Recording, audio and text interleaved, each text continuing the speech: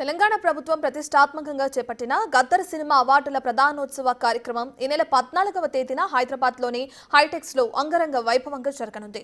ఈ అవార్డుల గురించి Telangana film development corporation chairman నిర్మాత దిల్ రాజు ఇంట్రెస్టింగ్ అంశాన్ని తెలిపారు. ఉత్తమ చిత్రంగా ఎంపికైన ప్రతి సినిమాకు సంబంధించి 4 అవార్డులు ఇవ్వనున్నట్లు తెలిపారు ఆయన. ఉత్తమ చిత్రంగా ఎంపికైన హీరో, హీరోయిన్, దర్శకుడు, నిర్మాత ఇలా 4 కీలక వ్యక్తులకు పురస్కారాలు అందజేయనున్నారు.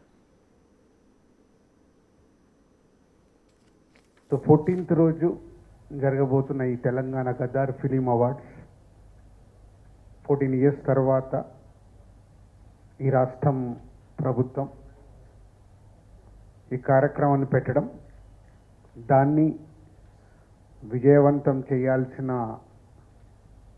రెస్పాన్సిబిలిటీ ఎఫ్డిసితో పాటు ఫిలిం ఇండస్ట్రీ అండ్ మీడియా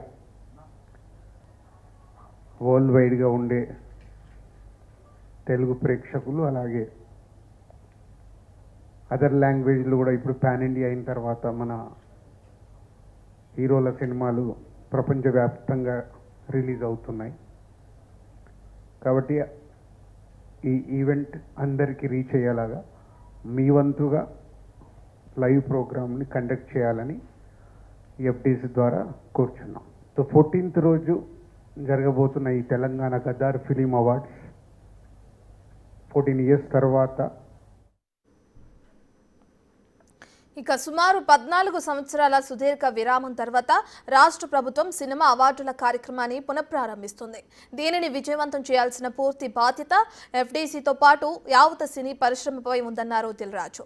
2014 నుంచి 2023 మధ్య కాలంలో విడుదలైన చిత్రాలకు కూడా ఈ పురస్కారాలు అందించనున్నట్లు ఆయన స్పష్టం చేశారు. ప్రతి ఏడాదికి 3 ఉత్తమ చిత్రాలను ఎంపిక చేసి ఆయా చిత్రాల హీరో, హీరోయిన్, దర్శకుడు, నిర్మాతలకు అవార్డులు ప్రదానం చేస్తామని తెలిపారు.